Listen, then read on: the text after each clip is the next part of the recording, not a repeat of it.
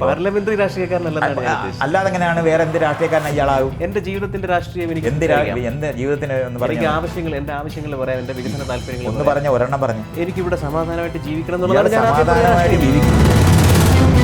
സ്ഥാനാർത്ഥി അപേക്ഷിക്കുകയാണ് വേണ്ടത്, എന്തിനാണ് അല്ലാതെ പിന്നെ സ്ഥാനാർത്ഥിയെ ഇയാൾ തെരഞ്ഞെടുക്കുമോ? അത് മാറ്റണം. ഞാൻ അത് മാറ്റണ കാരണം കൊണ്ട് റിസോഴ്സ് അല്ലാതെ ആകത്തൊന്നുമില്ല ഇയാൾ. ഇല്ല, പക്ഷെ ആ വാക്ക് അതുകൊണ്ട് എന്റെ കാശാണല്ലോ. ഇയാളുടെ കാശാണെന്ന് ഇയാൾക്ക് ബോധ്യം ഒരു കാലത്തും ഉണ്ടായിട്ടില്ലല്ലോ. എന്റെ ബോധ്യത്തെ സംഘടിതമായി അപ്പം ഇയാളുടെ കാശാണ് എന്ന് പറഞ്ഞാൽ ഈ റോഡിൽ ഇയാളുടെ കാശിൻ്റെ അത്രയും നിരക്ക് ഇയാൾ വണ്ടി ഓടിച്ചാൽ മതി എന്ന് പറയേണ്ടി വരത്തില്ലേ? ഇപ്പം രാജാവ് ആരാണ്? കാണപ്പെട്ട ദൈവം. അപ്പോൾ കാണാത്തൊരു ദൈവമുണ്ട്, പുള്ളിയാണ് ഈ കാര്യങ്ങളെല്ലാം ചെയ്യുന്നത്.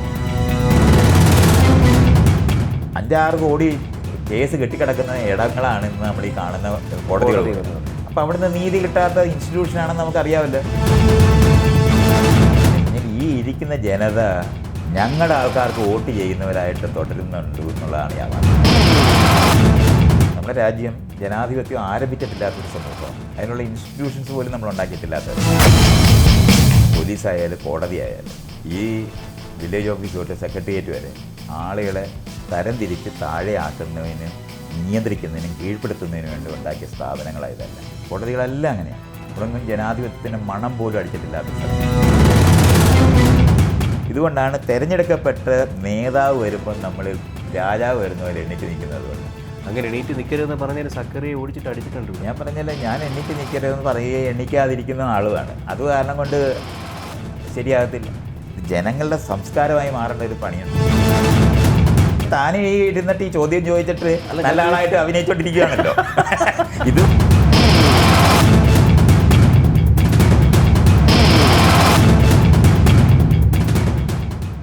നമസ്കാരം. സി മലയാളം ന്യൂസിനൊപ്പം ഉള്ളത് ശ്രീ മൈത്രേയനാണ്. നമസ്കാരം സാർ. നമസ്കാരം. LDFിൻ്റെ ഒരു പരസ്യവാചകമാണ്, ഇടത് സർക്കാരിൻ്റെ ഒരു പരസ്യവാചകമാണ് LDF അല്ലാതെ മറ്റാര്. അതായത് ഒരു ജനതയെ നയിക്കാൻ ഒരു മുന്നണി സംവിധാനം മാത്രമേ ഇവിടെയുള്ളൂ എന്ന ഒരു അടിച്ചേൽപ്പിക്കലിൻ്റെ സ്വഭാവം ആ വാചകത്തിന് എനിക്ക് തോന്നുന്നുണ്ട്. താങ്കൾക്ക് എന്താണ് തോന്നുന്നത്? എല്ലാവരുടെയും പ്രകടന പ്രക്രിയ അവർ മാത്രമാണെന്നല്ലയോ ഉള്ളത്. അത് ഇവരുടെ ഇതിനകത്ത് മാത്രമാണ്. അത് നമ്മളങ്ങനെ മനസ്സിലാക്കിയാൽ മതി. പ്രകടന പത്രിക ഓരോ വിഭാഗം ഇറക്കുമ്പോൾ ഞങ്ങളെക്കാളും മെച്ചപ്പെട്ടവരിവിടെ ഉണ്ട്, നിങ്ങൾക്ക് വേണമെങ്കിൽ അവരെ തിരഞ്ഞെടുക്കാം, അതിന് ശേഷം ഞങ്ങളെ തിരഞ്ഞെടുത്താൽ മതി എന്ന് പറയുന്ന ഏതെങ്കിലും ഒരു പ്രകടന പത്രിക ഉണ്ടാകുമെന്ന് നിങ്ങൾ വിചാരിക്കുന്നുണ്ടോ? അങ്ങനെ അത്രയും ഗൗരവം കൊടുത്താൽ മതി അതിനെ?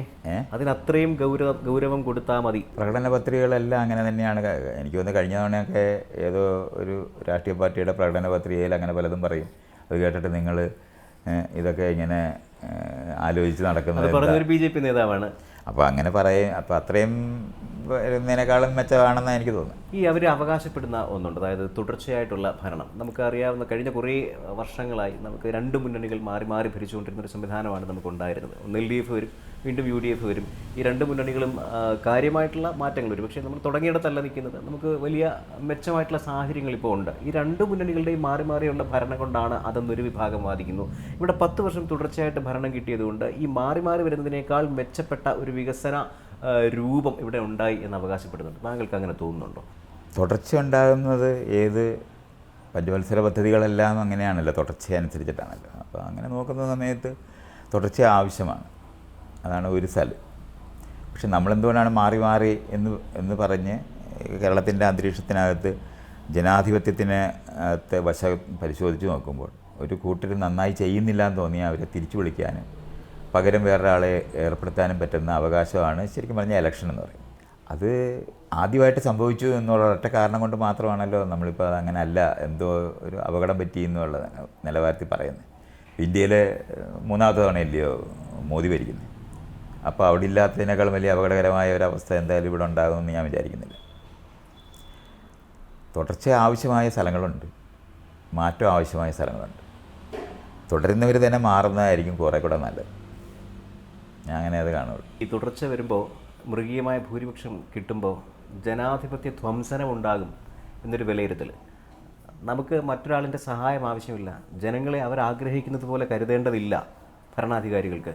അങ്ങനെ ഒരു പ്രായോഗിക പ്രശ്നമുണ്ട് എന്ന് വിലയിരുത്തപ്പെടുന്നുണ്ട്. തിരഞ്ഞെടുക്കുന്നവർ മൃഗീയ ഭൂരിപക്ഷം നേടുന്നുണ്ടെങ്കിൽ അവിടുത്തെ ജനങ്ങളല്ലയോ കൂടുതൽ പേര് തിരഞ്ഞെടുത്ത ജനങ്ങളല്ലയോ തെറ്റ് ചെയ്തത്. തെറ്റ്. അതാ തെറ്റാണല്ലോ. നിങ്ങൾ പറഞ്ഞ് തുടർച്ചയും ഭൂരിപക്ഷം കിട്ടുക എന്ന് പറയുന്നത് തെറ്റാണെന്നാണല്ലോ പറഞ്ഞത്. അപ്പോൾ അത് തെറ്റാണ്. ഭൂരിപക്ഷം കിട്ടുന്നത് ശരിയോ എന്ന് തെളിയിക്കപ്പെടേണ്ടതാണ്. ഇയാൾ മൃഗീയമായ ഭൂരിപക്ഷം എന്ന് പറയുന്നത് ജനങ്ങളുടെ തെറ്റാണ്. അപ്പം ജനങ്ങൾ പണ്ടാണെങ്കിൽ യഥാ രാജ തഥാ പ്രജ എന്നാണ്. അപ്പം അങ്ങനെയല്ലല്ലോ. പ്രജകളെങ്ങനെയാണോ അങ്ങനെയല്ലയോ ഭരണാധികാരികളുണ്ടാകുന്നത്. അപ്പോൾ തെറ്റാരുടെ വശത്താണ്. തിരഞ്ഞെടുത്തവരുടെ തെറ്റാണ്.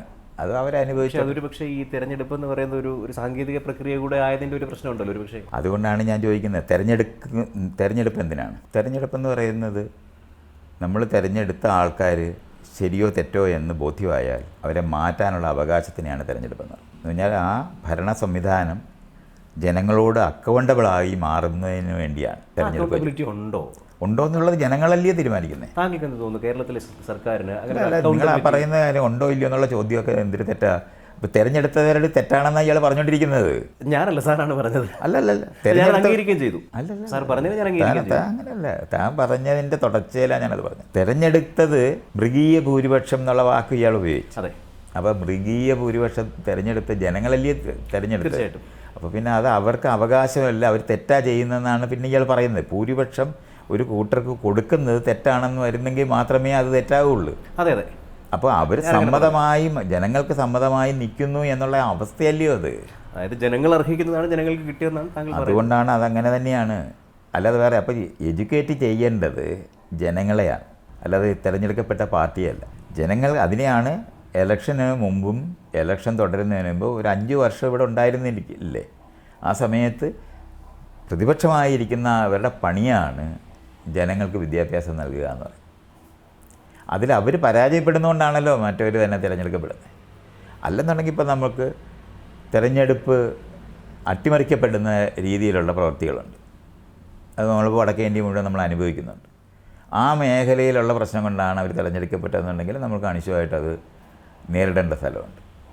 അതിനു വേണ്ടി ഉണ്ടാകുന്ന ഇൻസ്റ്റിറ്റ്യൂഷൻസ് ശരിയാക്കുക എന്നുള്ളത് മാത്രമേ അപ്പോൾ കഴിയുള്ളൂ. കോടതിയോ ഇലക്ഷൻ കമ്മീഷനോ ഒക്കെ ശരിയാക്കി എടുത്തുകൊണ്ട് മാത്രമേ പറ്റത്തുള്ളൂ.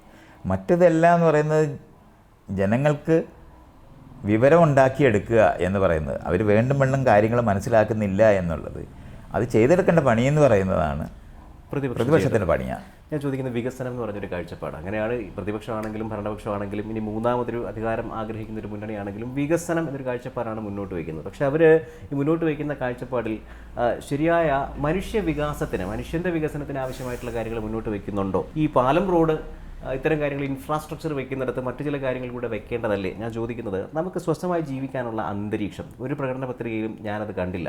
അങ്ങനെ ഒരു ആവശ്യം ഉള്ളതല്ലേ മനുഷ്യന്? ഒരു ഉദാഹരണം സഹിതം പറയാം. നമുക്ക് റോഡിലിറങ്ങിയാൽ സത്യത്തിൽ എനിക്ക് ഭയമുണ്ട്. അതായത് ഒരു തർക്കമുണ്ടായാൽ കയ്യിലിരിക്കുന്നവൻ വാളെടുത്ത് വെട്ടിക്കൊല്ലത്തില്ല എന്ന ഉറപ്പ് എനിക്കില്ല.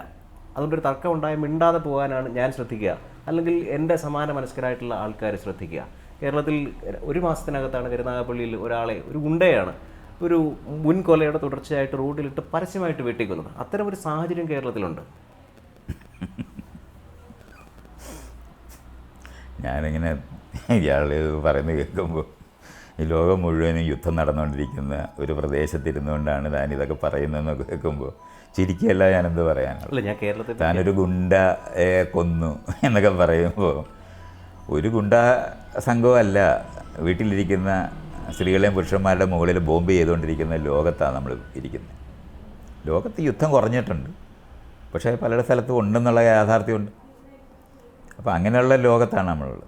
പിന്നെ നേരത്തെ അങ്ങനെ അല്ലായിരുന്നു, ഇപ്പോൾ ഉണ്ടായതാണ് ഈ പ്രശ്നം എന്നുള്ള നിലവാരത്തിലാണ് പറയുന്നത്. അല്ലല്ല, അങ്ങനെയല്ല. അപ്പോൾ പിന്നെ ആ ചർച്ചയൊക്കെ ഒരു കാര്യമില്ലാത്ത, അവിടെ ഒരു മാറ്റം നമുക്ക് ആവശ്യമാണ്. എന്ത് മാറ്റമാണ് ആവശ്യം? താങ്കൾ എപ്പോഴും പറയുന്നത് ലോക സമാധാനത്തെ പറ്റി. ഞാനങ്ങനെ തന്നെയാണ് എനിക്കതിനകത്ത്. പക്ഷേ അത് കാരണം കൊണ്ട് മനുഷ്യരിങ്ങനെയാണെന്ന് അറിയുന്ന ഒരാളും കൂടെ ഞാൻ. എനിക്ക് യാതൊരു തെറ്റിദ്ധാരണയില്ല. താനും തൻ്റെ അയലത്തുകാരനുമായിട്ട് വഴക്കുണ്ടാകത്തില്ലെന്നുള്ള തെറ്റിദ്ധാരണ എനിക്കില്ല. ഈ സിവിൽ കോടതിയിലെ കേസുകൾ മുഴുവനും ബന്ധുക്കൾ തമ്മിലാണ്. രാഷ്ട്രീയക്കാരാണോ സിവിൽ കോടതിയിൽ കേസിന് പോകുന്നത്? ഇനി അങ്ങനെയല്ല, ജാതി കൊണ്ടാണോ സിവിൽ കോടതി കേസിന് പോകുന്നത്? മതം കൊണ്ടാണോ സിവിൽ കോടതി കേസിന് പോകുന്നത്?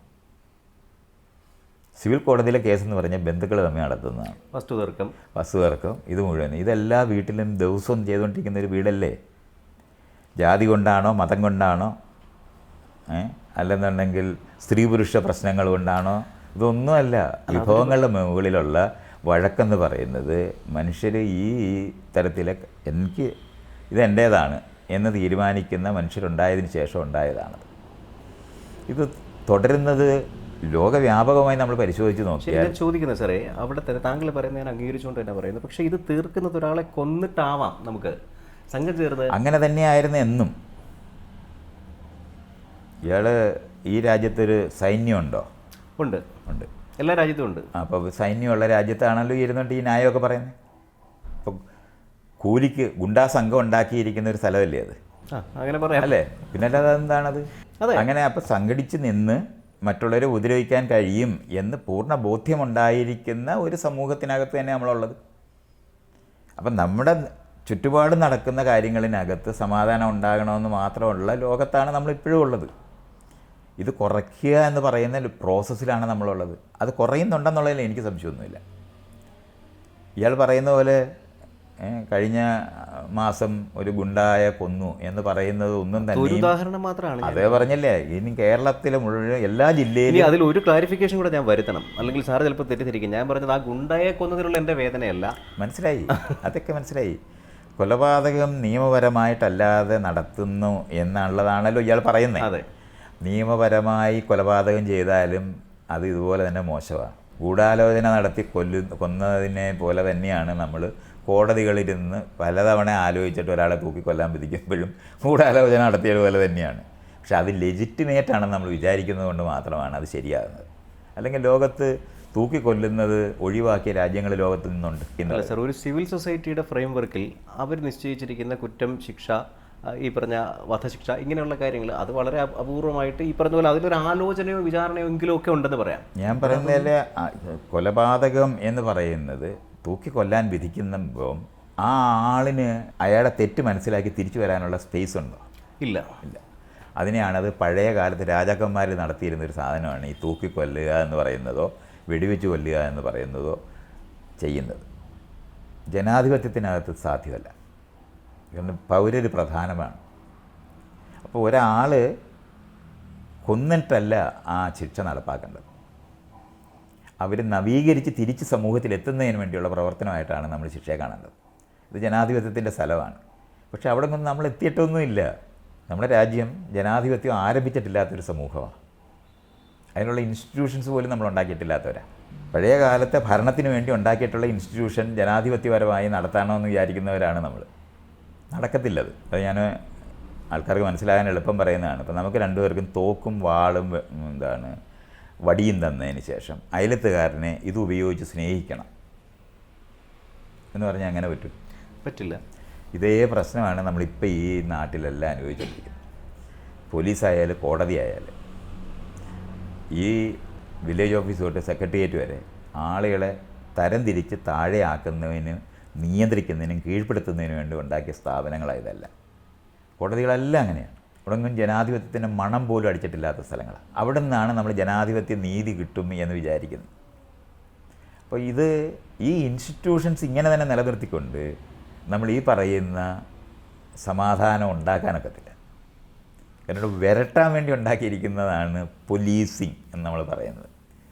കീഴ്പ്പെടുത്താനും വേണ്ടി സംഘടിതമായി മറ്റുള്ളവരെ കീഴ്പ്പെടുത്താനും അവരെ നിയന്ത്രിക്കാനും വേണ്ടി ഉണ്ടാക്കിയ സ്ഥാപനം ജനസഹായ കേന്ദ്രമായി മാറത്തില്ല. അത് ജനകീയമായി ഉപയോഗിക്കാൻ പറ്റത്തില്ല. ഇത് അറിഞ്ഞുകൂടാതാണ് നമ്മളിപ്പോഴും പഴയതുപോലെയാണ് ഈ സാധനങ്ങൾ മുഴുവനും നടത്തിക്കൊണ്ടിരിക്കുന്നത്. ഇപ്പോൾ 1950 ജനുവരി 26 നമ്മൾ റിപ്പബ്ലിക്കായിട്ട് ഡിക്ലെയർ ചെയ്യുന്നു. എന്ന് പറഞ്ഞാൽ 26 വരെ പ്രജകളേ ഉള്ളൂ ഇന്ത്യയിൽ. 1927 പൗരരാണ്. ഈ ഒരൊറ്റ ദിവസം കൊണ്ട് ആരെങ്കിലും പൗരബോധം ആയിട്ടുണ്ടോ? ഈ ഇൻസ്റ്റിറ്റ്യൂഷൻസ് ഏതെങ്കിലും ജനാധിപത്യപരമായി പെരുമാറുന്നുണ്ടോ? ആരും പെരുമാറുന്നില്ല. നമ്മൾ അങ്ങനത്തെ സാധനങ്ങളൊന്നും അനുഭവിച്ചിട്ടില്ല ഇതുവരെ. സമാന്തരമായിട്ട് നമുക്ക് ഇതൊക്കെ ഉണ്ടാക്കിയെടുക്കേണ്ടതുണ്ട്. ഈ പ്രവൃത്തിയിലാണ് നമ്മളുള്ളത്. അല്ലാതെ ഇവിടെ ജനാധിപത്യം പുഷ്കലിച്ച് മുമ്പോട്ട് പോവുക എങ്ങനെയാണ് പ്രായോഗികമാകുന്നത്? സമാന്തരമായിട്ട്. അങ്ങനെയാണ് നമ്മൾ പഞ്ചായത്തൊക്കെ ഉണ്ടാക്കിയത്. ആ പഞ്ചായത്ത് ഇതുവരെ നമുക്ക് വികസിപ്പിക്കാൻ കഴിഞ്ഞിട്ടില്ല. അതിനിടയ്ക്ക് ഇലക്ഷൻ എങ്ങനെയെങ്കിലും ജയിച്ച് അധികാരത്തിലേറണം എന്നാണ് എല്ലാവരും വിചാരിക്കുന്നത്. ജനാധിപത്യത്തിനകത്ത് ഭരണമല്ലുള്ളത്. ജനാധിപത്യത്തിനകത്ത് സേവനമാണുള്ളത്, ക്രമീകരണമാണുള്ളത്. നമ്മൾ ഈ ബഡ്ജറ്റ് എന്നൊക്കെ പറയുന്ന സാധനം അങ്ങനെയാണ്. അപ്പോൾ ആകെ കളക്ട് ചെയ്യുന്ന പണം ടാക്സായിട്ട് നമ്മളുടെ ഇടയിൽ നിന്ന് തന്നെ പിരിച്ചെടുക്കുന്ന പണമാണത്. ആ പണം എങ്ങനെ വിനിയോഗിക്കാം എന്ന് പറയുന്നതിനകത്ത് ഈ വിനിയോഗിക്കപ്പെടുന്നവരോടുകൂടി ചർച്ച ചെയ്ത് തീരുമാനിക്കുന്നതിനെയാണ് നമ്മൾ പഞ്ചായത്ത് ഉണ്ടാക്കിയിട്ടുള്ളത്. അപ്പോൾ അങ്ങനെയാണെങ്കിൽ എനിക്കൊരു രസകരമായ ചോദ്യം, അതായത് ഈ ഫ്ലക്സ് വെച്ചിരിക്കുന്ന കാണാം, ഇന്ന പഞ്ചായത്തിലെ 1 കിലോമീറ്റർ റോഡിന് ഇത്ര കോടി രൂപ അനുവദിച്ച പഞ്ചായത്ത് അംഗത്തിന് നന്ദി. അതിൻ്റെ ആവശ്യമുണ്ടോ? ഇല്ല ഇല്ല, അതിനെന്താ എത്ര സംശയം? പക്ഷെ അതങ്ങനെ വെക്കുമ്പം മാത്രമാണ് വീരാരാധനയോടെ നോക്കുന്ന ജനത നിൽക്കുന്നുള്ളൂ. നേതാക്കന്മാരുള്ള രാജ്യമാണിത്. എൻ്റെ കാശാണല്ലോ. ഇയാളുടെ കാശാണെന്ന് ഇയാൾക്ക് ബോധ്യം ഒരു കാലത്തും ഉണ്ടായിട്ടില്ലല്ലോ. ഇയാളുടെ കാശ് കൊണ്ട് എൻ്റെ ബോധ്യത്തെ സംഘടിതമായി അപ്പം ഇയാളുടെ കാശാണ് എന്ന് പറഞ്ഞാൽ ഈ റോഡിൽ ഇയാളുടെ കാശിൻ്റെ അത്രയും നേരത്ത് ഇയാൾ വണ്ടി ഓടിച്ചാൽ മതിയെന്ന് പറയേണ്ടി വരത്തില്ലേ? അതുകൊണ്ട് അങ്ങനല്ല. അപ്പോൾ അതിനെയാണ് കളക്റ്റീവായിട്ടാണ്. അപ്പോൾ നമ്മൾ സഹകരിച്ച് ഒന്നിച്ച് ചേർന്ന് ചെയ്യുന്നത് കൊണ്ടാണ് നമുക്ക് റോഡ് ഉണ്ടാക്കാൻ പറ്റുന്നത്. അല്ലാതെ എൻ്റെ പണം ഞാൻ കൊടുത്തിരുന്ന ടാക്സ് കൊണ്ടാണ് ഈ കാറ് മേടിക്കുന്നതെന്നോ അല്ലെങ്കിൽ റോഡിൽ കൂടെ പോകുന്നതെന്നോ പാലത്തെ യാത്ര ചെയ്യുന്നതെന്നോ കണ്ടെത്തരുത്. അങ്ങനെ പറ്റില്ല. അപ്പോൾ സംഘടിതമായി നമ്മൾ ഒന്നിച്ച് ചേർന്ന് നിന്ന് നമ്മുടെ ഓരോരുത്തരുടെയും വരുമാനത്തിൻ്റെ ഒരു പാർട്ട് കൊടുത്തിട്ട് ആകെ കിട്ടുന്ന പണം കൊണ്ട് ചെയ്യുന്ന ഒരു പ്രവൃത്തിയാണിത്. പണ്ട് ഈ പണം കൊട്ടാരം ഉണ്ടാക്കാൻ രാജാക്കന്മാരും കോട്ടകളുണ്ടാക്കാനുമാണ് അവരത് ഏറ്റവും കൂടുതൽ ഉപയോഗിച്ചിരുന്നത്. അത് ജനങ്ങൾക്ക് വേണ്ടി തന്നെ ചെയ്യുന്നതുകൊണ്ടാണ് നമ്മൾ ഇന്ന് പറയുന്ന ഇൻഫ്രാസ്ട്രക്ചർ എന്ന് പറയുന്ന അടിസ്ഥാന സൗകര്യങ്ങളാക്കി മാറുന്നത്. ഇതിനകത്ത് ഇടപെട്ടത് ചെയ്തെടുക്കേണ്ട പണി നമ്മുടേതാണ്. അത് ഇതുവരെ നമുക്ക് മനസ്സിലായിട്ടില്ല. നമ്മളിപ്പോഴും ചെയ്തുകൊണ്ടിരിക്കുന്നത് എങ്ങനെയാണ്? ആരെയെങ്കിലും ഭരണത്തിലേർപ്പെടുത്തി മാറിയിരിക്കാനാണ് നോക്കുന്നത്. ഇപ്പോൾ ഗ്രാമസഭയുണ്ടല്ലോ, ഇയാൾ ഗ്രാമസഭയിൽ പോയിട്ടുണ്ടോ? ഒരിക്കൽ പോലും പോയിട്ടില്ല. ഇതുകൊണ്ടാണ്. അപ്പം ജനാധിപത്യത്തിൻ്റെ എക്സർസൈസുകൾ എന്താണെന്ന് അറിയാൻ നമുക്ക് ഇപ്പം ഇയാൾ പറയുമ്പോൾ ഞാൻ എന്തോ മുഴുവൻ അവിടെ പോയിരിക്കുമായിരുന്നു അല്ല, മനസ്സിലായി. ഇത് എക്സർസൈസ് ചെയ്യുന്ന സ്ഥലങ്ങളിലേക്ക് നമ്മൾ എത്തിയിട്ടില്ല. നമ്മളിപ്പോഴും തിരഞ്ഞെടുക്കുന്ന നേതാക്കന്മാരെയും നമ്മളെല്ലാം അണികളാണെന്ന് വിചാരിക്കുന്നവരുമാണ്.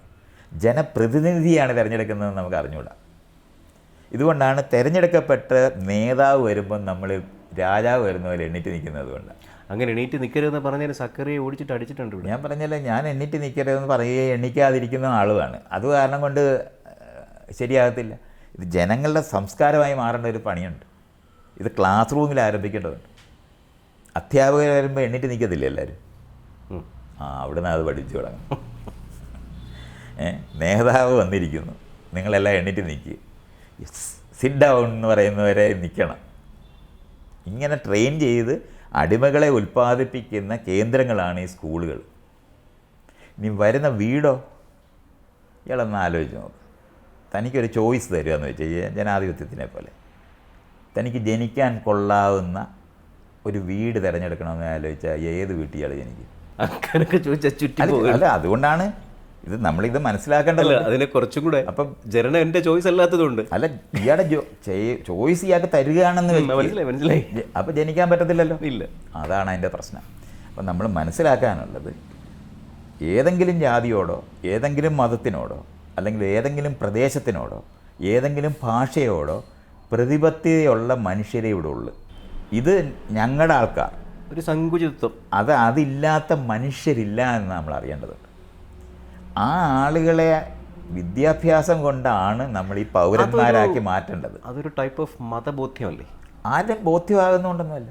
ഇയാളൊരു നാട്ടിനകത്ത് ഇപ്പോൾ തമിഴ് ആൾക്കാരുമായിട്ട് ഇയാൾ സംസാരിക്കാൻ ശ്രമിച്ചാൽ ഇയാൾക്ക് സംസാരിക്കാൻ പറ്റത്തില്ല. എന്തുകൊണ്ടാണ്? ഭാഷ വേറെയാണ്. ആ വ്യത്യാസം എന്ന് പറയുന്ന ലോകത്തുള്ളത്. അപ്പം വടക്കൻ കേരളത്തിലുള്ളവരും തെക്കൻ കേരളത്തിലുള്ളവരും തമ്മിൽ അഭിപ്രായ വ്യത്യാസങ്ങളുണ്ടാവും.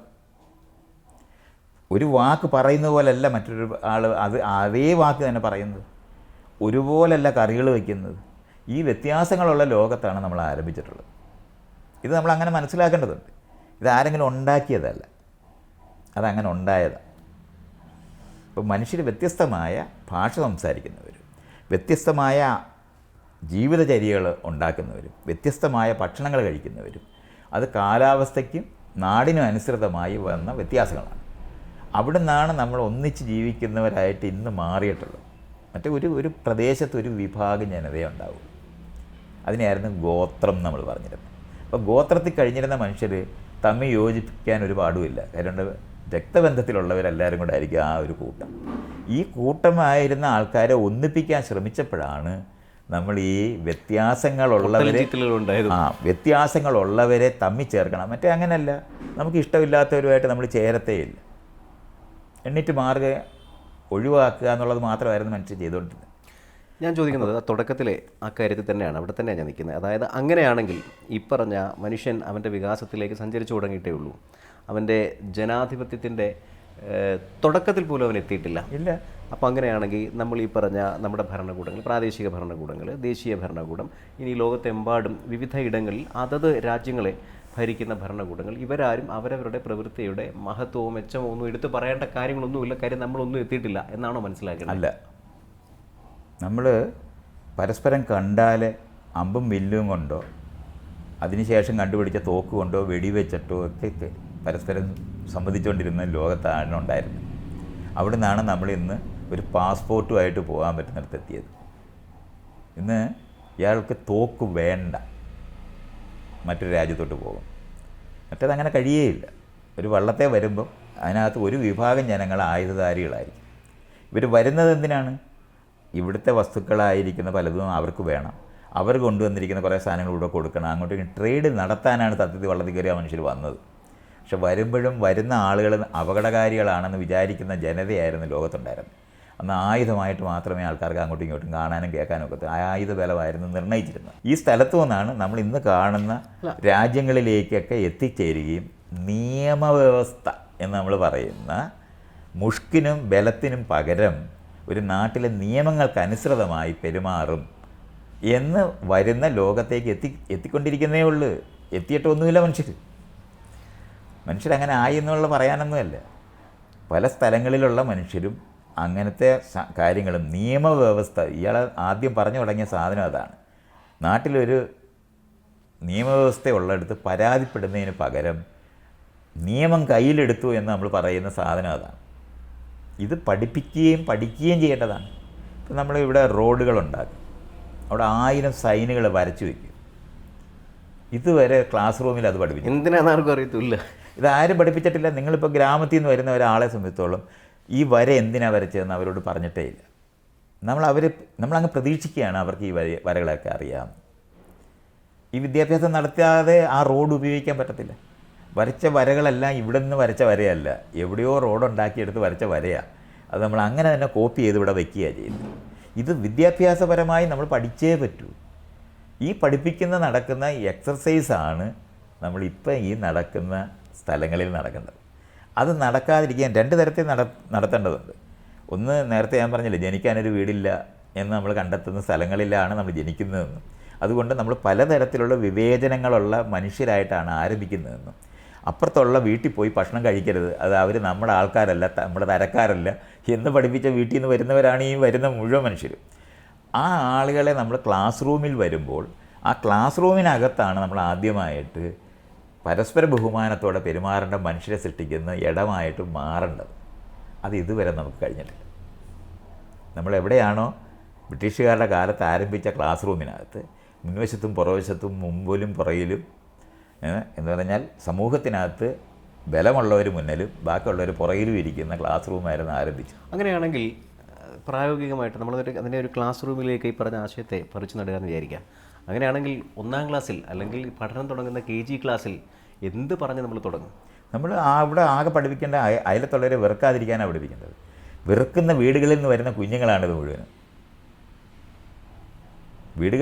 വീടുകളാണ് സാമൂഹ്യ വിരുദ്ധ കേന്ദ്രത്തിലാണ് നമ്മൾ ജനിക്കുന്നത്. അടുത്ത വീട്ടിൽ പോയി ഭക്ഷണം കഴിക്കരുതെന്ന് പറയത്തില്ലേ? അവരുടെ കൂടെ കളിക്കരുതെന്ന് പറയത്തില്ലേ? നമ്മുടെ ആൾക്കാരല്ലെന്ന് പറയത്തില്ലേ? അങ്ങനെയുള്ള വീടുകളിലേ നമ്മൾ ജനിക്കുന്നുള്ളൂ. അതുകൊണ്ടാണ് ഞാനിത് പറയുന്നത്. ഇതൊരു വലിയ പ്രോസസ്സാണ് നമ്മൾ ഈ നടത്തിക്കൊണ്ടിരിക്കുന്നത്. അപ്പുറത്തിരിക്കുന്നവർ നിയമത്തിൻ്റെ മുമ്പിൽ തുല്യരാണ് നമ്മളെല്ലാം. മറ്റേ രാജാവിൻ്റെ കീഴിൽ അങ്ങനെ അല്ലായിരുന്നു. നിയമത്തിന് മുമ്പിൽ തട്ടായിട്ടായിരുന്നു നമ്മളെ കൈകാര്യം ചെയ്തിരുന്നത്. അതുകൊണ്ടാണ് ജാതി സമ്പ്രദായം എല്ലാ രാജ്യത്തും എവിടെ രാജാവ് ഭരിച്ചിരുന്നോ അവിടെ ഉണ്ട്. രാജാവ് ഭരിക്കാത്തടത്തുണ്ട്, ഇപ്പോഴും ഉണ്ടല്ലോ രാജാവ് ഭരിക്കാത്ത. രാജാവ് ഭരിച്ചുണ്ടാക്കിയതാടോ ജാതി. അല്ല, ജനാധിപത്യത്തിലും അത് കൂടുന്നല്ലേ ഉള്ളൂ. അതാണ് എൻ്റെ കൂടുന്നൊന്നുമില്ല, അത് തെറ്റാണ്. ഇയാൾ പറയത്തില്ല, മിണ്ടത്തില്ലല്ലേ. ഇപ്പം ഈ പറഞ്ഞ വിഷയം ഇയാൾ ജനാധിപത്യത്തിലെ മാത്രമേ പറയുള്ളൂ.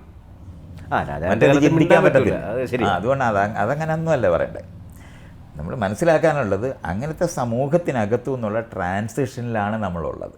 അത് വേണ്ടും വണ്ണം ചെയ്യപ്പെടാതിരിക്കുന്നു എന്ന് പറയുന്നിടത്താണ് നമ്മൾ വിമർശനം വെക്കേണ്ടത്. ഇപ്പോൾ 75 വർഷമായി നമുക്ക് റിപ്പബ്ലിക്കായിട്ട്. അതിനകത്ത് എന്ന് പറഞ്ഞാൽ 20 വർഷമാണ് നമ്മളൊരു തലമുറ എന്ന് പറയുന്നത്. അപ്പോൾ ആ 20 വർഷം വെച്ചിട്ട് നമ്മൾ എടുക്കുകയാണെന്നുണ്ടെങ്കിൽ 4 തലമുറ കഴിഞ്ഞിട്ടുണ്ട്. 4 തലമുറയായിട്ടും ഇതുവരെയും നമ്മുടെ ഭരണഘടന വായിച്ചിട്ടില്ലാത്ത സ്കൂളുകളിലാണ് ഉള്ളത്. നമ്മൾ പരമാവധി വന്നിട്ടുള്ളത് എന്താണ്? സർവ്വമത പ്രാർത്ഥനയാണ് നമ്മളിപ്പോഴും ചെയ്യുന്നത്. ഞങ്ങളുടെ ദൈവം, എൻ്റെ ദൈവം എന്നൊക്കെ പറഞ്ഞിരുന്ന ദൈവത്തിൽ നിന്ന് മാറി എല്ലാവരുടെയും ദൈവം നേരെ പറയുന്നിടത്ത് വരെ മനുഷ്യരെത്തിയിട്ടുള്ളൂ. ദൈവം ഇല്ലാത്തൊരു ലോകത്തെത്തിയിട്ടില്ലല്ലേ? ഇല്ല. അത് അങ്ങനെ വീടുകളിൽ ഒരു വീട്ടിനകത്തും അത് പഠിപ്പിക്കുന്നില്ല. വീടുകൾ മുഴുവൻ ഉണ്ടാക്കിയിരുന്നത് രാജാവിന് കീഴടങ്ങി നിൽക്കാൻ വേണ്ടി പഠിപ്പിക്കുന്ന ഇടങ്ങളാണ്. അതുകൊണ്ടാണ് എല്ലാ വീട്ടിനകത്തും ആരാധന സമ്പ്രദായം ഉണ്ടാവും. മേല് കീഴ് പഠിപ്പിക്കാൻ വേണ്ടിയാണ്. അപ്പോൾ രാജാവ് ആരാണ്? കാണപ്പെട്ട ദൈവം എന്നാണ്. അപ്പോൾ കാണാത്തൊരു ദൈവമുണ്ട്, പുള്ളിയാണ് ഈ കാര്യങ്ങളെല്ലാം ചെയ്യുന്നതെന്നും ഇത് കാണപ്പെട്ട ദൈവമാണ് എന്ന് പഠിപ്പിച്ച് തട്ടായി ജീവിക്കാനുള്ള, അതിനെയാണ് നമ്മൾ ധർമ്മം എന്നൊക്കെ പറഞ്ഞിരുന്നത്. തട്ടായി എങ്ങനെ പെരുമാറണം, അവരെ കാണുമ്പോൾ എത്ര ദൂരെ നിൽക്കണം, എത്ര അടുക്കണം, എങ്ങനെ പെരുമാറണം, നിൻ്റെ ജീവിതത്തിൽ നീ എന്ത് ചെയ്യണം, നിൻ്റെ കുലത്തൊഴിൽ എന്താണെന്ന് പഠിപ്പിക്കുക. ഇതൊക്കെയായിരുന്നു അന്നത്തെ വിദ്യാഭ്യാസം എന്ന് പറയും.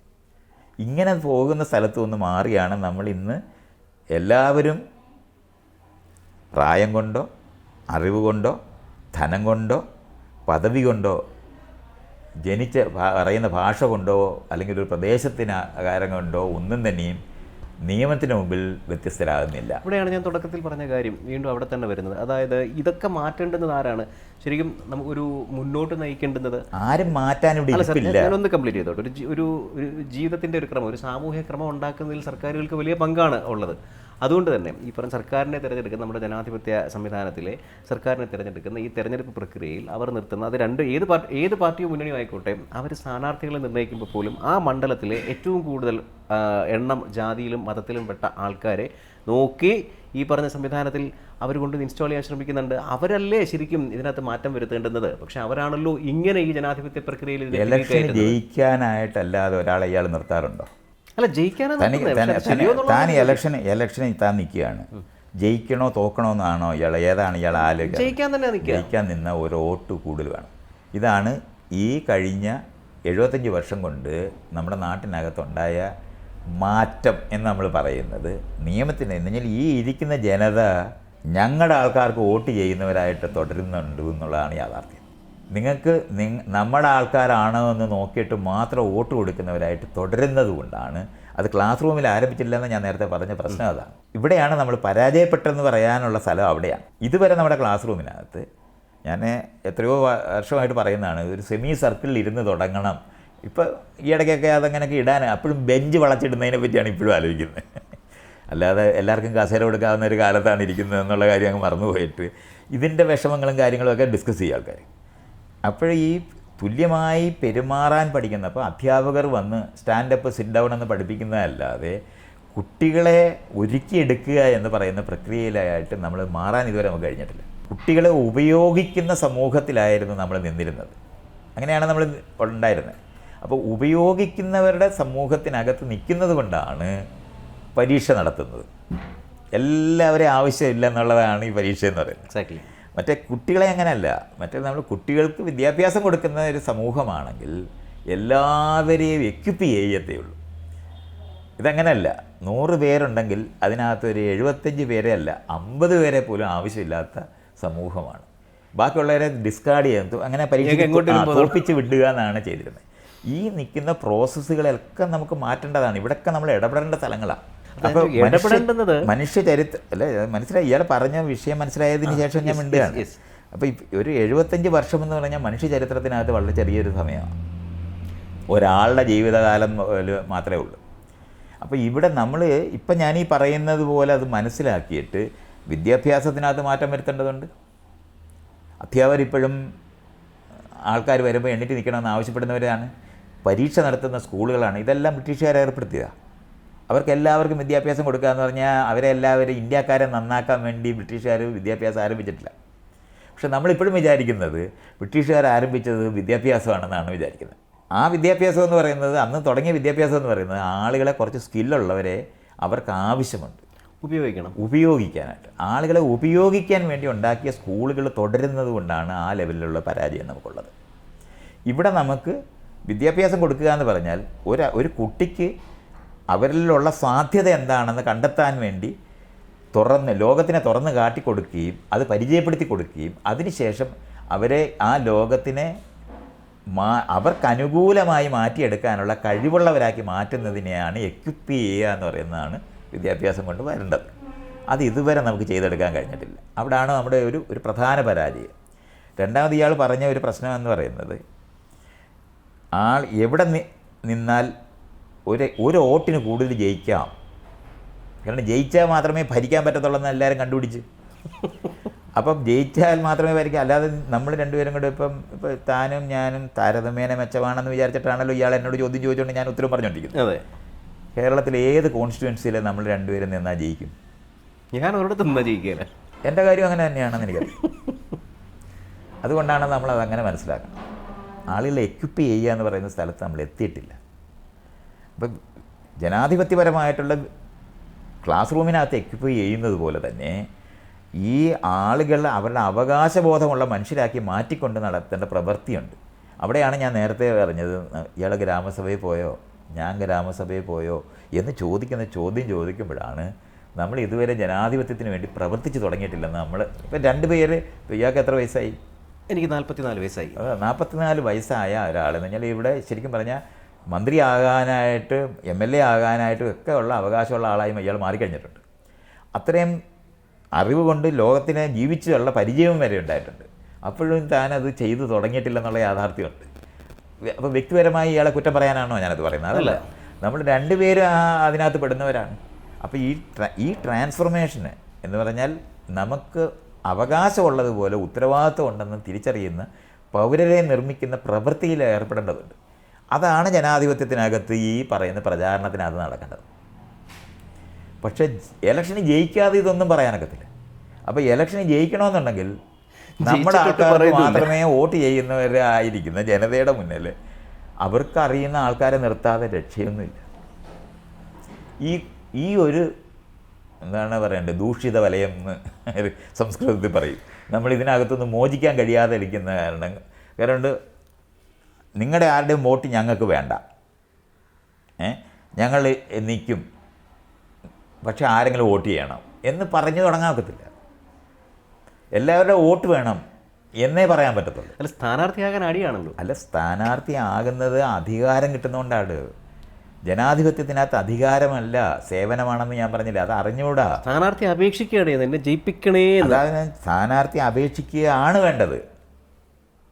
അതിന് സംശയമൊന്നും വേണ്ട. എന്തിനാണ്? അല്ലാതെ പിന്നെ സ്ഥാനാർത്ഥിയെ ഇയാൾ തിരഞ്ഞെടുക്കുമോ? അതാണ് ഇയാളാണ് നിൽക്കേണ്ടത്. സ്ഥാനാർത്ഥി ആകുമ്പോൾ കിട്ടുന്ന സ്ഥാനവും മാനവും ലാഭവും സാമ്പത്തിക അതാണെന്ന് അങ്ങനെയാണെന്നുണ്ടെങ്കിൽ ഇയാൾ രാഷ്ട്രീയക്കാരനാണോ? അല്ല, ഇയാൾ രാഷ്ട്രീയക്കാരനല്ല. ജനാധിപത്യത്തിനകത്ത് എല്ലാ പൗരരും രാഷ്ട്രീയക്കാരാണ്. പാർലമെന്ററി രാഷ്ട്രീയക്കാരനല്ല. അല്ലാതെ എങ്ങനെയാണ് വേറെ എന്ത് രാഷ്ട്രീയക്കാരൻ ഇയാളാകും? എന്റെ ജീവിതത്തിന്റെ രാഷ്ട്രീയം എന്ത് ജീവിതത്തിന് എന്ന് പറയാം. എന്റെ ആവശ്യങ്ങൾ പറയാം, എന്റെ വികസന താല്പര്യങ്ങൾ ഒന്ന് പറഞ്ഞ ഒരെണ്ണം പറഞ്ഞ്. എനിക്ക് ഇവിടെ സമാധാനമായിട്ട് ജീവിക്കണം.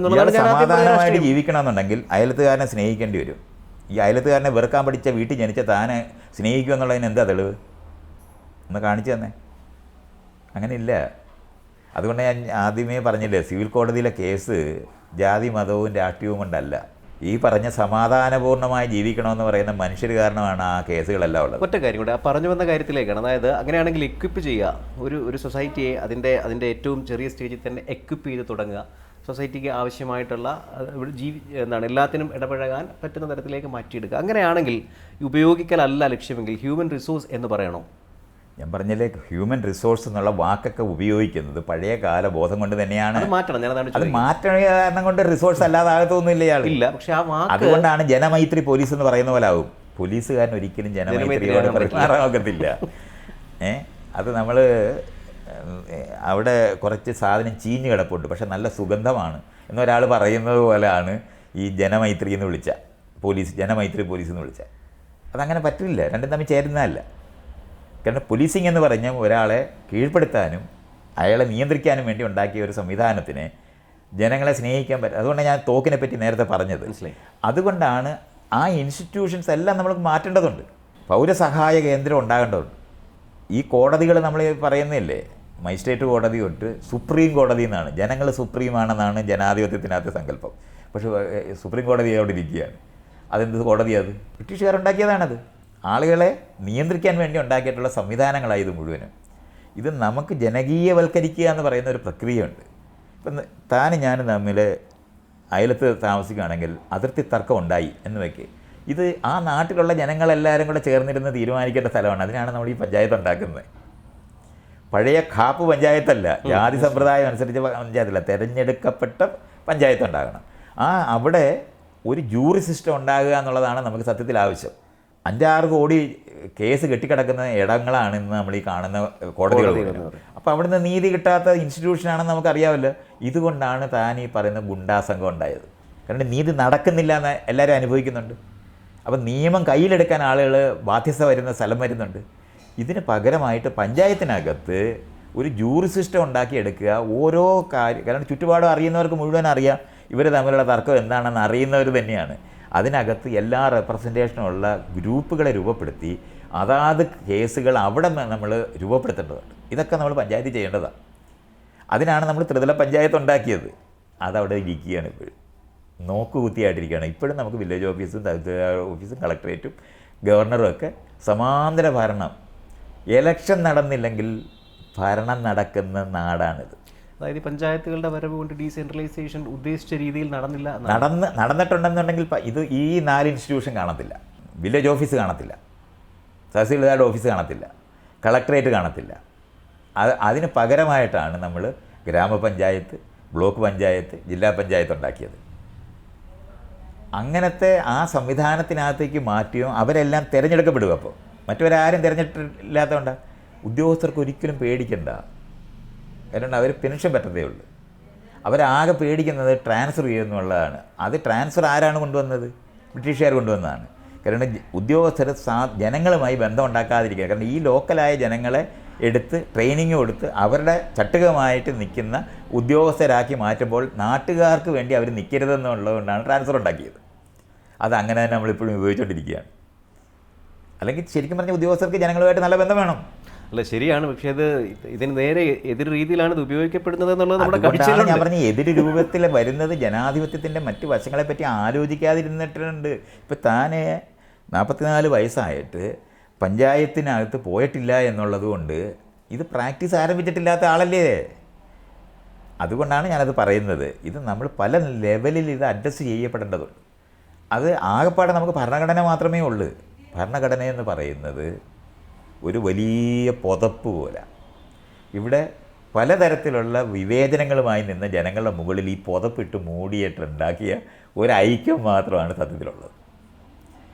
അതിൻ്റെ ആന്തരികമായി എല്ലാ വീട്ടിലും ആ വീട്ടിൽ പോയി ഭക്ഷണം കഴിക്കരുത്, അവർ നമ്മുടെ ആൾക്കാരല്ല, നീ അവിടെ നിന്ന് വിവാഹം കഴിക്കരുത്, നീ ആ വീട്ടിൽ പോകരുത് എന്ന് പഠിപ്പിക്കുന്ന വീടിനകത്താണ് നമ്മളുള്ളത്. ഇവിടെയാണ് ഞാൻ പറഞ്ഞ കാര്യം വീണ്ടും പറയുന്നത്. അതായത് ഇങ്ങനെ ഈ ഭരണഘടന ഇവിടെയുണ്ട്. ഇതിനെ വ്യാഖ്യാനിക്കാൻ നിലവിൽ ഓരോ ഘട്ടത്തിൽ ഇപ്പോൾ പോലീസിൻ്റെ അടുത്തൊരു കാര്യം ചെല്ലുന്ന സമയത്ത് അതിനകത്ത് കേസെടുക്കേണ്ട കാര്യമില്ല എന്ന് പോലീസ് അങ്ങ് തീരുമാനിക്കുകയാണ്. ഇനി ഒന്നും കൂടെ ബുദ്ധിമുട്ടി അതിൻ്റെ പേരിൽ പോയാൽ ഒരു രാഷ്ട്രീയക്കാരനെ കൂടി എന്നാൽ കേസെടുക്കാം. ഇത് കോടതി ചെല്ലുമ്പോൾ കോടതി എന്ത് തീരുമാനിക്കും? ചെറിയ കോടതി കീഴ്ക്കോടതി അതിനകത്ത് കാര്യമില്ല എന്ന് മേൽക്കോടതി പറയുന്നു. ഇതിന് നീതി എളുപ്പത്തിൽ കിട്ടുന്ന ഒരു സംവിധാനത്തിലേക്ക് ഇതിനെ രൂപപ്പെടുത്താൻ ഇതിനാണ് ഞാൻ ഈ പഞ്ചായത്ത് വർക്ക് ചെയ്യണമെന്ന് ഞാൻ ഈ പറയുന്നത്. പഞ്ചായത്തിനകത്ത് കോടതിക്ക് പകരം കേസ് കേൾക്കുന്ന ഇടങ്ങളുണ്ടാകേണ്ടതുണ്ട്. നമ്മൾ പഞ്ചായത്ത് ഉണ്ടാക്കിയത് അങ്ങനെയാണ്. വില്ലേജ് ഓഫീസ് ഉണ്ടായിരുന്നപ്പോൾ പിന്നെ എന്തിനാണ് നമ്മൾ പഞ്ചായത്ത് ഉണ്ടാക്കുന്നത്? നടക്കുമോ എന്ന് ചോദിച്ചാൽ താനേ ഇരുന്നിട്ട് ഈ ചോദ്യം ചോദിച്ചിട്ട് നല്ല ആളായിട്ട് അഭിനയിച്ചോണ്ടിരിക്കുകയാണല്ലോ.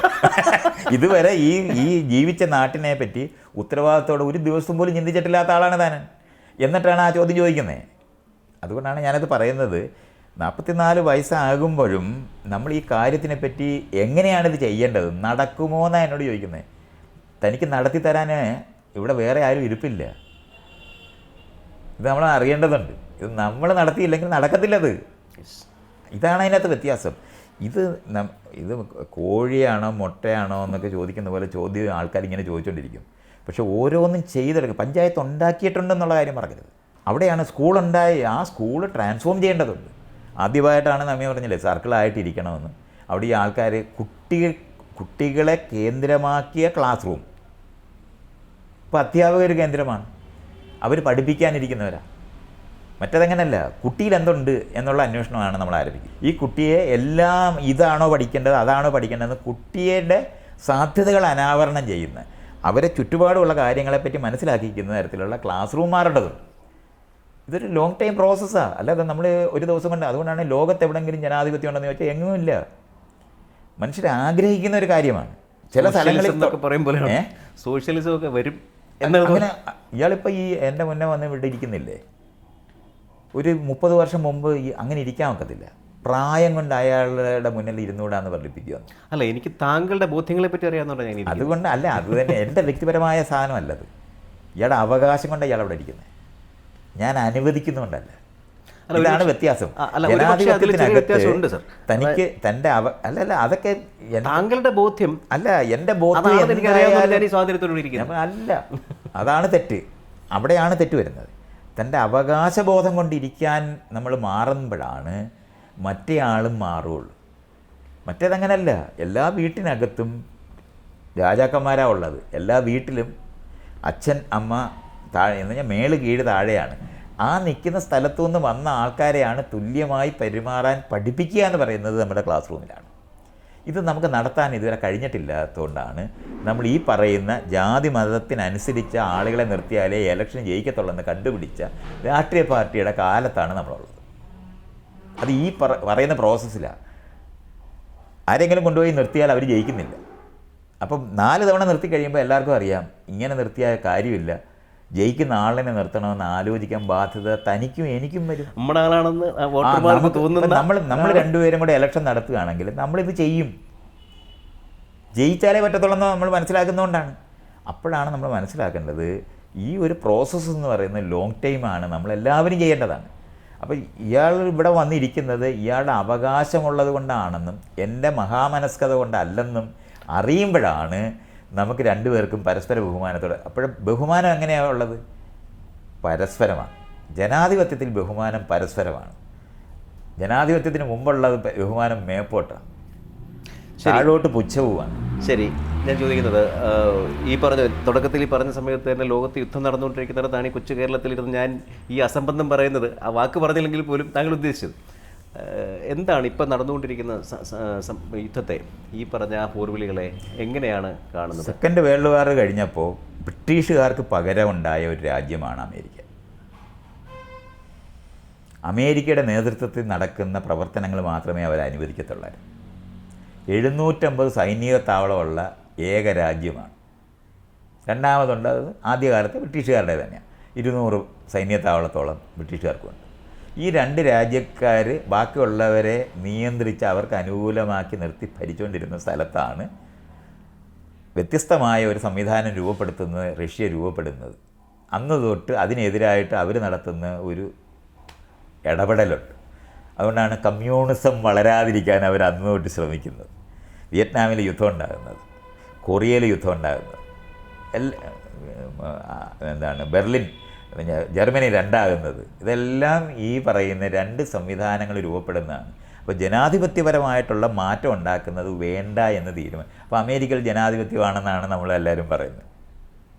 ഇലക്ഷൻ നടക്കുന്നുണ്ട്, ഇന്ത്യയിൽ ഇലക്ഷൻ നടക്കുന്നുണ്ട്, അതുകൊണ്ട് ഇവിടെയും വലിയ ജനാധിപത്യമാണെന്ന് നമുക്ക് എല്ലാവർക്കും അറിയാം. ജാതി മതം അനുസരിച്ച് വോട്ട് ചെയ്യുന്നവരെ ഇവിടെയുള്ളത്. കറുത്തവരും വെളുത്തവരും വോട്ട് ചെയ്യുന്ന നാട് മാത്രം അമേരിക്ക. ഇത് തന്നെയാണ് അവിടെയും പ്രശ്നം. ഇറാനിലെ പ്രശ്നം, ഇറാനിനകത്ത് ജനാധിപത്യം ഉണ്ടാക്കിയെടുത്ത ഏക അറബ് രാജ്യം അത് മാത്രമേ ഉള്ളൂ. ഒരു ഇലക്ഷൻ നടത്തുന്നത് അത്രേ വന്നിട്ടുള്ളൂ. പക്ഷേ ഇന്ത്യക്കാരൻ്റെ പോലെ തന്നെ അന്ന് ഇലക്ഷന് ഒരു പാർലമെന്റ് ഉള്ളതുകൊണ്ട് വേണം അത് അത്രയും മാത്രമാണ് അവിടെ ഉണ്ടായിട്ടുള്ളത്. മറ്റു സാധനങ്ങളൊന്നും ആയിട്ടില്ല. ഇപ്പം എന്താണ് ഗാന്ധി രാമരാജ്യം എന്ന് പറയുന്ന പോലെയാണ് കൊമേനി വന്നിട്ട് ഇസ്ലാം മതരാഷ്ട്രം എന്ന് പറയുന്നത്. വേറെ വ്യത്യാസമൊന്നുമില്ല. അന്നത്തെ ഷായെ മാറ്റാനായിട്ട് അത്രയും ആളുകളെ സംഘടിപ്പിക്കാനായിട്ട് അത് ഉപയോഗിക്കാൻ പറ്റുമെന്ന് കണ്ടെത്തുന്ന യുക്തിയാണത്.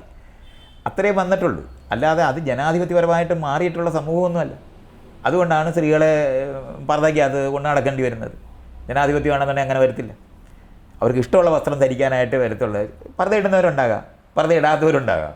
പക്ഷെ അങ്ങനെയല്ല, എല്ലാവരും ഇടണം എന്ന് പറയുന്ന നിയമം ഉണ്ടാകുമ്പോഴാണ് ജനാധിപത്യ വിരുദ്ധമാകുന്നത്. അപ്പം പൊതുവായ നിയമങ്ങളെന്ന് പറയുന്നത് എല്ലാവരും ചെയ്യപ്പെടേണ്ടതാണെന്ന് പറയുമ്പോഴും ആ പൊതുവായ നിയമങ്ങൾ നമ്മുടെ സമ്മതത്തോടുണ്ടാക്കണം എന്ന് പറയുന്നതാണ് വ്യത്യാസം. ഈ എക്സർസൈസ് ലോകത്ത് നടന്നുകൊണ്ടിരിക്കുന്നതാണ്. ഇന്ന് എന്ന് കഴിഞ്ഞാൽ നമ്മൾ നോക്കിയാൽ മതി, യുണൈറ്റഡ് നേഷൻസ് 45 ശേഷം ഉണ്ടാകുന്നുണ്ട്. ഈ ഉണ്ടാകുമ്പം അതിനകത്ത് 5 രാജ്യങ്ങൾ സെക്യൂരിറ്റി കൗൺസിൽ എന്ന് പറഞ്ഞ ഒരു സാധനം ഉണ്ടാക്കിയിട്ടുണ്ട്. ബാക്കി 184 രാജ്യം കൊണ്ട് ഇപ്പോഴുണ്ട്. അന്ന് ഒരു 160 രാജ്യമുണ്ട്. 160 രാജ്യത്തിലുള്ള ആൾക്കാരും കൂടെ ചേർന്നിരുന്ന് തീരുമാനം എടുക്കുമ്പം അത് വീറ്റോ ചെയ്യാനുള്ള അവകാശം ഉണ്ട് എന്നുള്ളതാണ്. അതോടെ അന്നേ പരാജയപ്പെട്ടതാണ്. കഴിഞ്ഞു. അന്നോടെ അത് പരാജയപ്പെട്ടതാണ്. ജനാധിപത്യപരമായിട്ട് അത് രൂപപ്പെട്ടിട്ടില്ല. ഇനിയായിരിക്കും അത് രൂപപ്പെടാൻ പോകുന്നത്. ഇപ്പോൾ ഈ നടക്കുന്ന യുദ്ധങ്ങൾക്ക് ശേഷമായിരിക്കാം നമുക്കത് അത്രത്തോളം ജനാധിപത്യപരമായ കൂട്ടായി എടുക്കുന്ന തീരുമാനം. വീറ്റോ ഉള്ളിടത്തോളം കാലം UN ഉപയോഗശൂന്യമായി മാറിയ സ്ഥലത്ത് നാറ്റോ അവരുണ്ടാക്കി. അപ്പം UN എടുത്ത തീരുമാനം നടത്താൻ ഞങ്ങളെല്ലാവരും കൂടെ വേറെ തീരുമാനം എടുത്തു എന്ന് പറയുന്നതിനാണ് നാറ്റോ ഉണ്ടായത്. നാറ്റോ വികസിപ്പിക്കുന്ന അനുസരിച്ചിട്ടാണ് നമ്മൾ ഈ കാണുന്ന സകല യുദ്ധം ഉണ്ടായത്. വിയറ്റ്നാമിൽ യുദ്ധം ഉണ്ടായത്, കൊറിയയിൽ യുദ്ധം ഉണ്ടായത്, ഇറാഖ് യുദ്ധം ഉണ്ടായത്, അഫ്ഗാനിസ്ഥാനിൽ യുദ്ധം ഉണ്ടായത്, സിറിയ യുദ്ധം ഉണ്ടായത്. ഒരു വശത്ത് അമേരിക്കയല്ലേ എല്ലായിടത്തും. അതെ അതെ, അത്രയും മനസ്സിലാക്കിയാൽ മതി. അല്ല ഇത് പക്ഷേ അതുകൊണ്ടാണ് ജനാധിപത്യത്തിന് വേണ്ടി എന്ന് പറഞ്ഞാൽ ലോകത്ത് സമാധാനം വരുത്താനാണ് ഞങ്ങൾ യുദ്ധം ചെയ്യുന്നതെന്ന് അവർ പറയാറുള്ളത്. അല്ല, ഒരു യുദ്ധവും സമാധാനം ഉണ്ടാക്കില്ല. അല്ല, അങ്ങനെയാണ് അവർ ഡിക്ലെയർ ചെയ്യുന്നത്. നിങ്ങളുടെ നാട്ടിൽ ജനാധിപത്യമില്ല, അതുകൊണ്ട് ഞങ്ങൾ നിങ്ങളെ ബോംബ് ചെയ്യുക. അല്ല, അതവർ പറഞ്ഞോട്ടെ. ഞാൻ ചോദിക്കുന്നത്, താങ്കൾ അതിനെ കാണുന്നത് ഇപ്പോൾ അതായത് പലസ്തീൻ ഇസ്രായേൽ യുദ്ധം എന്ന് പറയുന്ന ഒരു മതം മതം ആണ് റീസണായി വന്നത് അല്ല എന്ന് ഞാൻ കരുതുന്നുണ്ട്. എനിക്കറിയില്ല. ഒരിക്കലും അല്ല. കാര്യം ഇത് ബ്രിട്ടീഷുകാർ തിരിച്ചവരുടെ രാജ്യത്തേക്ക് എന്ന് പറഞ്ഞാൽ എല്ലാ കോളനികളും പൂട്ടി പോകുമ്പോൾ അവരുടെ വ്യവസായ താല്പര്യങ്ങളും അവരുടെ വ്യാപാര താല്പര്യങ്ങളും അവർ റിസോഴ്സസിന് മേലുള്ള അവരുടെ അവകാശങ്ങളും നഷ്ടപ്പെടാതിരിക്കാനുള്ള ഒരു ഫുട് പ്രിൻറ്റ് മാത്രമാണ്. കാരണം ഓയിൽ കണ്ടുപിടിച്ച് എന്ന് പറഞ്ഞാൽ കാറ് കണ്ടുപിടിച്ചതിന് ശേഷം ഉണ്ടായ സ്ഥലമാണ് നമ്മൾ ഈ പറയുന്ന രാജ്യങ്ങൾ. ഇവിടെ അത് തന്നെയാണോ പ്രശ്നം? വേറെ ഒന്നുമില്ല. സാമ്പത്തിക താല്പര്യം അല്ലാതെ ഒരു കാരണവും കൊണ്ട് ആളുകൾ വഴക്കിടത്തില്ല.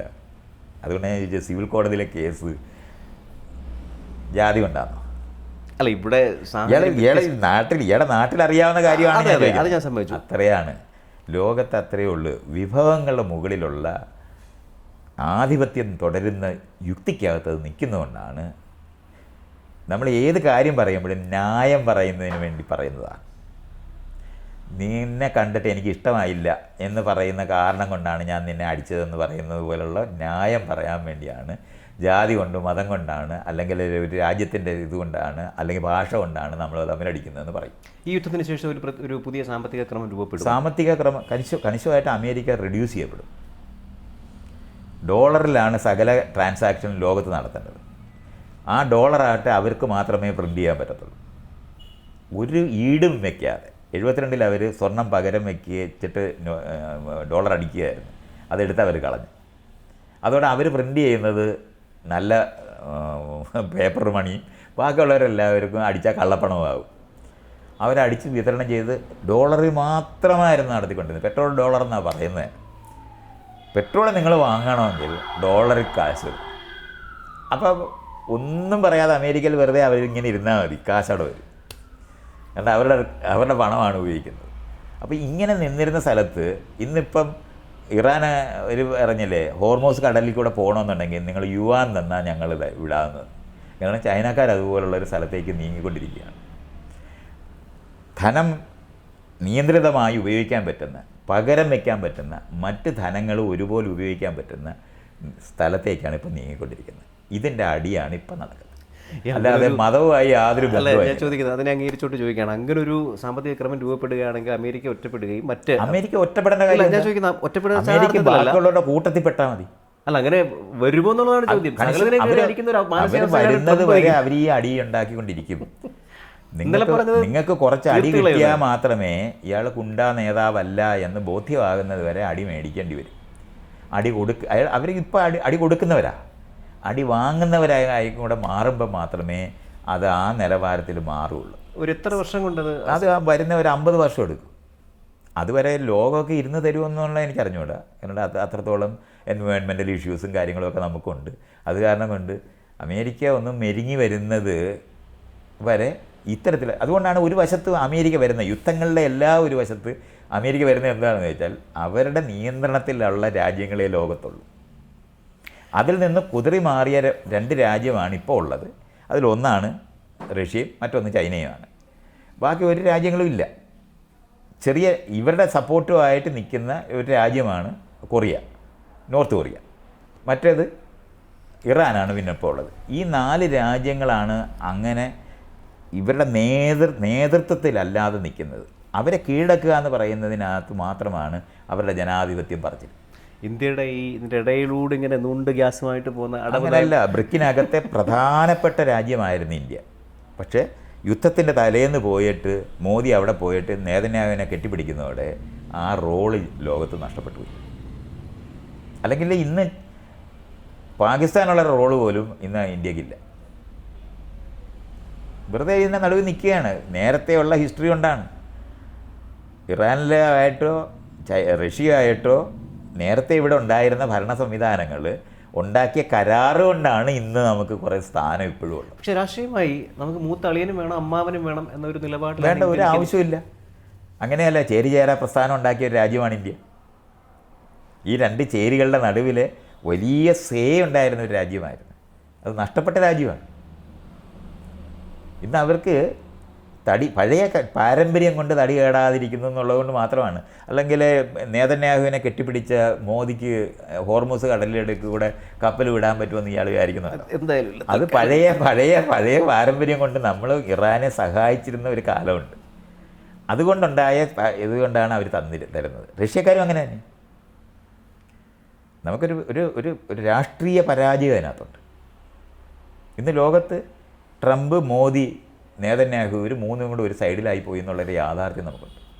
അതിനകത്ത് പഴയ പാരമ്പര്യത്തിൽ നിന്ന് യഥാർത്ഥത്തിൽ മോചിക്കാൻ അയാൾക്ക് കഴിയാതിരിക്കുന്നതുകൊണ്ടാണ് ഇന്ത്യയിലെ ഇന്നും നമുക്ക് കിട്ടാവുന്ന ഈ ആനുകൂല്യങ്ങളൊക്കെ ഇപ്പോഴും ഓയിൽ വന്നുകൊണ്ടിരിക്കുന്നതൊക്കെ നിൽക്കുന്നത്. അത് നഷ്ടപ്പെട്ടു പോവുകയാണെങ്കിൽ കഷ്ടമാവും നമ്മുടെ കാര്യം. അതിൽ ഞാൻ ഒരു രാഷ്ട്രതന്ത്രജ്ഞതയ്ക്കകത്ത് കുറവായിട്ടാണ് ഞാനത് കാണുന്നത്. അങ്ങനെ ചെയ്തുകൂടാത്തതാണ്. ശരി, ശ്രീ മൈത്രേയനോട് സംസാരിക്കുന്നത് ഒരേ സമയം ഇൻഫോർമേറ്റീവാണ്, കൗതുകകരവുമാണ്. അത് സമയക്കുറവ് കൊണ്ട് മാത്രം ഞാൻ തൽക്കാലം അവസാനിപ്പിക്കുകയാണ്. മറ്റൊരവസരം കിട്ടിയാൽ കൂടുതൽ കാര്യങ്ങൾ സംസാരിക്കണമെന്ന് താല്പര്യമുണ്ട്. അല്പസമയം സി മലയാളം ന്യൂസിനൊപ്പം ചെലവഴിച്ചതിന് നന്ദി സർ. ശരി.